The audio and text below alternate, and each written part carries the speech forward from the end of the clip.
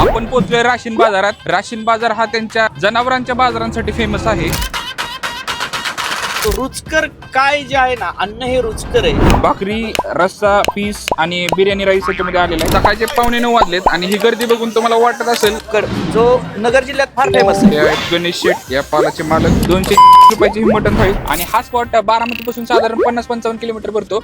आणि पुण्यातून तुम्ही येणार असाल ते आज मला इथलं मटण खाल्ल्यावरती मी म्हणाल की रुचकर हा शब्दप्रयोग मला समजला. आज मंगळवार आहे. हे आपण चाललोय राशीन बाजारात.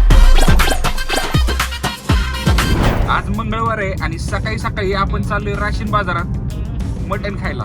राशीन बाजारात जायचं म्हणलं की प्लॅन मध्ये धोका देणारे लोक आलीत. आम्ही 4 जण निघणार होतो, पण सकाळी ऐन टायमिंगला एकाने धोका दिलाय. पण 2 माणसं पोचलीत आणि आबा सारथी करतायत. आज जाताना पहिल्यांदा आपल्याला भिगवण लागेल आणि भिगवण वरून सरळ किती किलोमीटर आहे आबा? 40 किलोमीटर. भिगवणवरून साधारण 40 किलोमीटर आहे. आपण जाता जाता या राशीन बाजारातल्या मटणाबद्दल गप्पा मारूयात आणि तिथं पोहोचल्यावर पण अजून तिथला आनंद घेऊयात. तर राशीन हे बारामती पासून साधारण 50-52 किलोमीटर वरती असेल.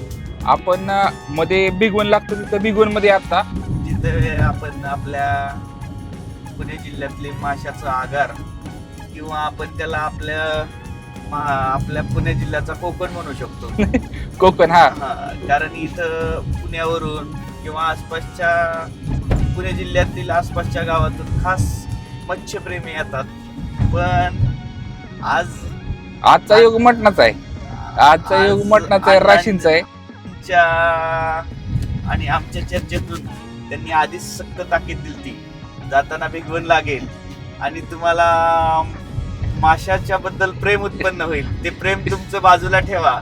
आजच्या दिवस तुम्ही त्याला पुतना मावशीचं प्रेम द्या माशांना आणि आपल्याला पुढे जाऊन बोकडावर मटणावर ताव मारायचं आहे. त्यामुळे आता भिगवण आहे, हा भिगवणचा पूल आणि भिगवणच्या पुलावर आपण भिगवण क्रॉस केलंय. हेच ऋषाल, हे सगळ्या मच्छी खानावळी दाखव म्हणजे लोकांना की जगदंबा मच्छी खानावळ सगळ्यात बऱ्यापैकी जुनी मच्छी खानावळ आहे. परत राजयोग म्हणून पुढे दिसते एक. सगळे मच्छीचे आणि खूप एकशे बडकर आहे. छान मच्छी मिळतात इथं. म्हणजे भिगवणचं एक वैशिष्ट्य आहे की इथं मच्छी थाळी तर मिळतेच, पण तुम्ही मार्केटमधनं मच्छी घेऊन सुद्धा लोकांना म्हणजे खानावळीत बनवायला देऊ शकता. तुम्हाला जर चिलापी आवडत नसेल तर बऱ्याच प्रकारची मच्छी ह्या मार्केटमध्ये मिळते. काटला अशी वेगवेगळे मच्छी, देशी मच्छी इथं मिळतात आणि सुंदर इथं मच्छी बनवणारे लोक आहेत. आपल्या मेन ह्याच्यावरती भरकटायला नको कारण आपण चाललोय राशीन बाजारात. सकाळचे साधारण 8 वाजले. आपण जसं माशांची चर्चा करतोय तसं अण्णा आपल्याकडे रागाने बघतायत की ह्यांच्याकडे हे प्रेम उत्पन्न होत चाललंय का काय. उजनी धरण, उजनीचं बॅकवॉटर आहे हे. जाताना तुम्हाला उजनीचं बॅकवॉटर लागेल. इथं बोटिंग वगैरे करू शकता तुम्ही. आणि फ्लेमिंगो तुम्ही जानेवारीच्या महिन्यात आला तर फ्लेमिंगो पण बघायला मिळतात इथे. भिगवणला जे फ्लेमिंगो बघायला येतात लोक ते इथंच येतात. इथेच आसपास 4-5 हॉटेल आणि फ्लेमिंगो दाखवण्यासाठीचे जे टुरिझम सेंटर आहेत ते इथंच आहेत.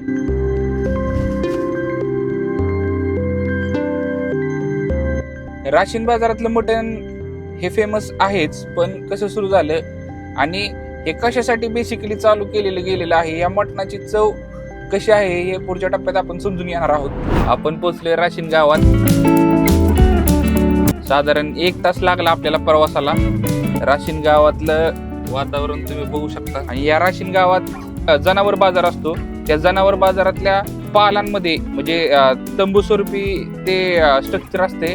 त्या स्ट्रक्चर मध्ये आपल्याला सुंदर मटण जेवायला मिळणार आहे. आज आपण पोहोचलोय. गाडी पार्किंग करून आपण तिकडे जाणार आहोत.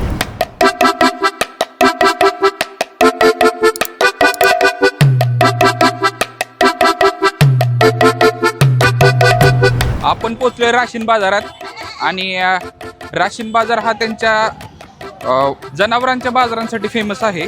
खूप गर्दीतून वाट काढत आपण पालांकडे चाललोय. तुम्ही बघू शकता इथं जनावरांचा बाजार मोठ्या प्रमाणावर भरतो. आमचे 2 मित्र हरवलेत. कुठं हरवलाय? हे काय सापडले 2 मित्र हरवलेले आपले. चला आपल्याला जायचंय पालातलं मटण खायला. आपण चाललोय पालातलं मटण खायला. साधारण पाल म्हणजे हा तंबू आहे. या तंबूमध्ये जागरण गोंधळासारखी गर्दी असते.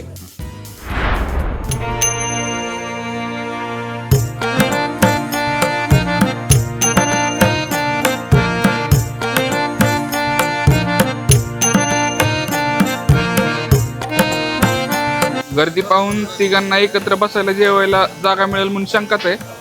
पण एक स्पॉट दिसलाय. चला लवकर आबांनी जागा मिळवलेली आहे. जागा मिळवल्याच्या चेहऱ्यावरचा आनंद बघा त्यांच्या.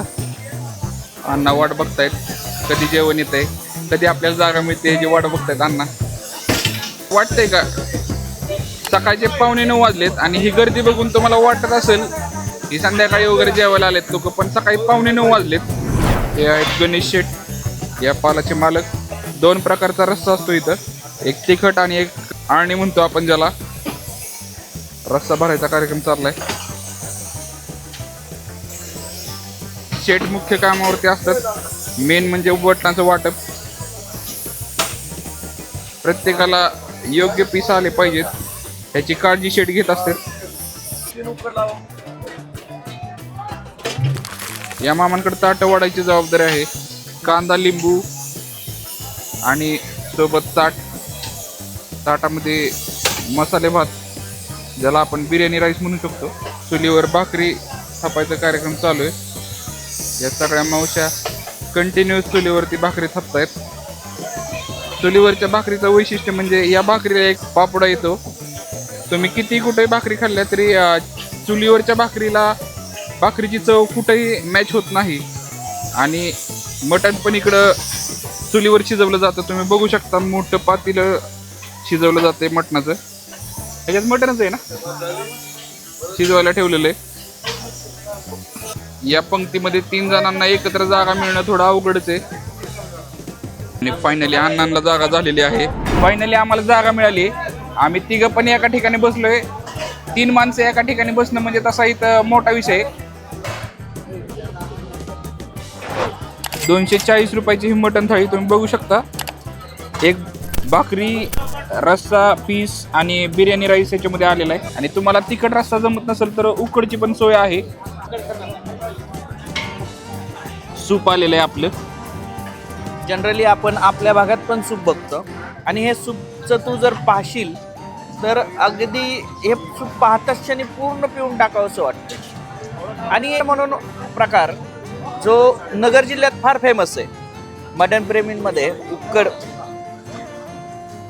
उक्कड शिवाय इकडची लोक जेवण पूर्ण झालं नाहीत असं समजतात. तर रश्श्याचे 2 प्रकार असतात इथं मगाशी सांगितल्याप्रमाणे, तिखट आणि आळणी. ज्याला दोन्ही रश्श्याचं प्रमाण कळलं किती घ्यायचं तोच इथला खलनायक. मटण काय शिजलंय.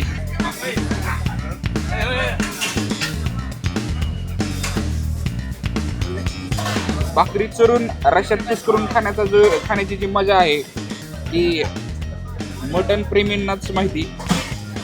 शाकाहारी लोकांनी वांग्यात वगैरे चुरली असेल, पण मटणाची मजा वेगळीच आहे.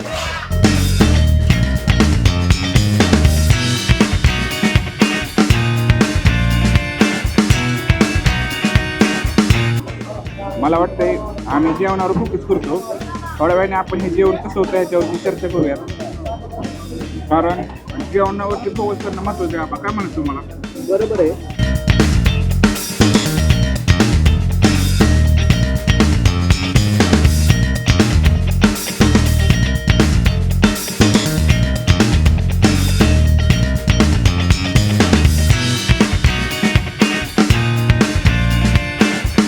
जेवण झाले आणि बारामतीच्या दिशेने आम्ही पुन्हा परत निघालोय.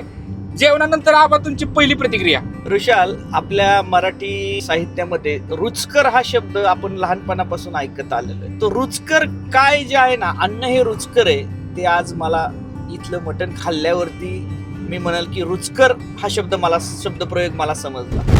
ऋषाल, जनरली आपण मटण जेवलो की जरा थोडस हाताला म्हणजे खूप असं त्या मटणातलं मेद लागतं. पण हे बघशील आपण जेवण करून अगदी 10 मिनिट झाले तरी कुठल्याही प्रकारचं मेद हातावरती नाहीये. याच्यावरून समजून घे की इकडच्या एक मटणात काहीतरी वेगळेपण आहे, ज्यामुळे आपल्याला त्याची ओरिजिनल मांसाचीच चव लागते. पण आबा दरवेळेस आपण इकडे जेवतो, या जेवणातली जी चव आहे ती अजिबात कुठंच मॅच होत नाही. ह्याचं कारण काय असावं? ऋषाल, ह्या भागातलं जे पाणी आहे, मूळ घटक जो असतो जेवणाच्या चवीला, तो पाणी हे इकडचं अगदी शुद्ध पाणी आहे, खडकातलं पाणी आहे. आणि ते कारण असावं, या भागात जे काय बोकड हे जे वापरलं जातं ह्या मटणासाठी, त्या शेळ्या बोकडं ह्या भागात रानावनात फिरतात आणि असं म्हणतात की ती जी काय शेळी आहे ती काही प्रकारची औषधी वनस्पती खाते आणि त्या सगळ्या वनस्पती. तुम्हाला म्हणायचंय म्हणजे हे आयुर्वेदिक बोकड आहेत का? हा, म्हणू शकतो आपण.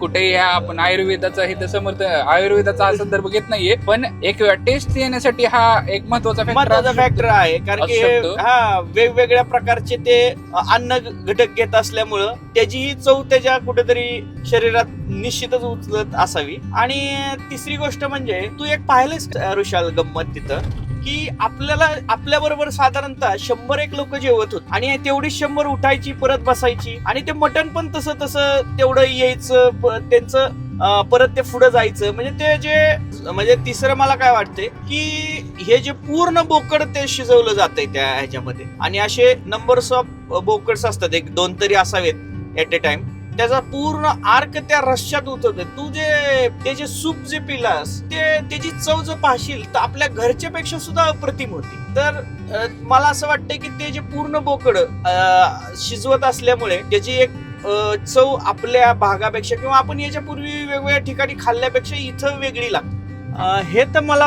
असं वाटतंय. ऋषाल, तुझं काय याच्याबद्दलचं मत आहे? आबा, मला काय वाटतंय की बोकड, पाणी आणि जे प्रमाण आहे मटण बनवायचं, तो तर आहेच मुद्दा, पण आपण क्रेडिट या मालकांना सुद्धा दिलं पाहिजे. कारण मालक स्वतः तिथं जेवण बनवतात. ही जी रेसिपी त्यांची सिक्रेट रेसिपी दिसते, कारण घरगुती मसाल्यांची चव आहे ह्याच्यात, त्यामुळं ही चव अनमॅचेबल आहे. तुम्ही कुठल्याही रेस्टॉरंट मध्ये गेला वगैरे तर ही चव तुम्हाला नाही मिळणार. आचारी जे मालक आहेत त्यांना तर दिलंच पाहिजे.